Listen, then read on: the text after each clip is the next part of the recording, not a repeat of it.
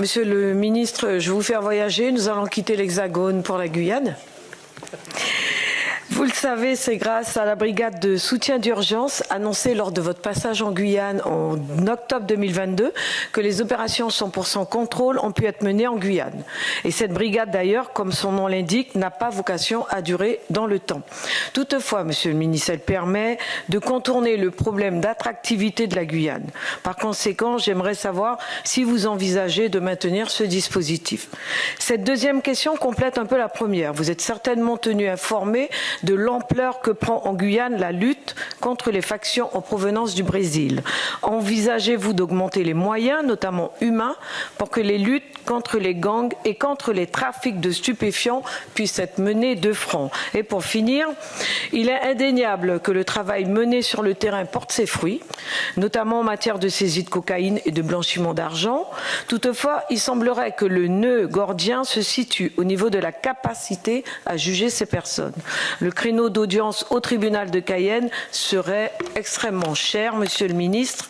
Quelles sont les pistes à envisager afin de permettre au tribunal de Cayenne de juger les personnes interpellées dans un délai raisonnable? Vous savez que sur les effectifs nouveaux, on a fait comme on n'avait jamais fait, parce qu'on a demandé aux chefs de cour de répartir dans les différents tribunaux judiciaires. C'est la déconcentration.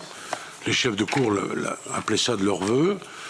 Et donc, on a envoyé, évidemment, dans toutes les juridictions, les recrutements à venir d'ici, bien sûr, 2027, puisque c'est une loi de programmation. Bon.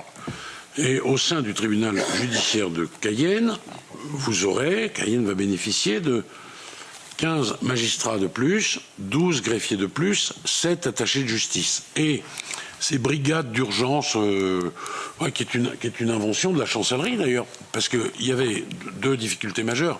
Il y avait Cayenne et Mayotte, avec des questions d'attractivité. Donc l'idée, c'était de demander à des magistrats de partir 6 mois à Cayenne, à Mayotte, au fond pour aller découvrir. Bien sûr, ça c'était le côté attractif.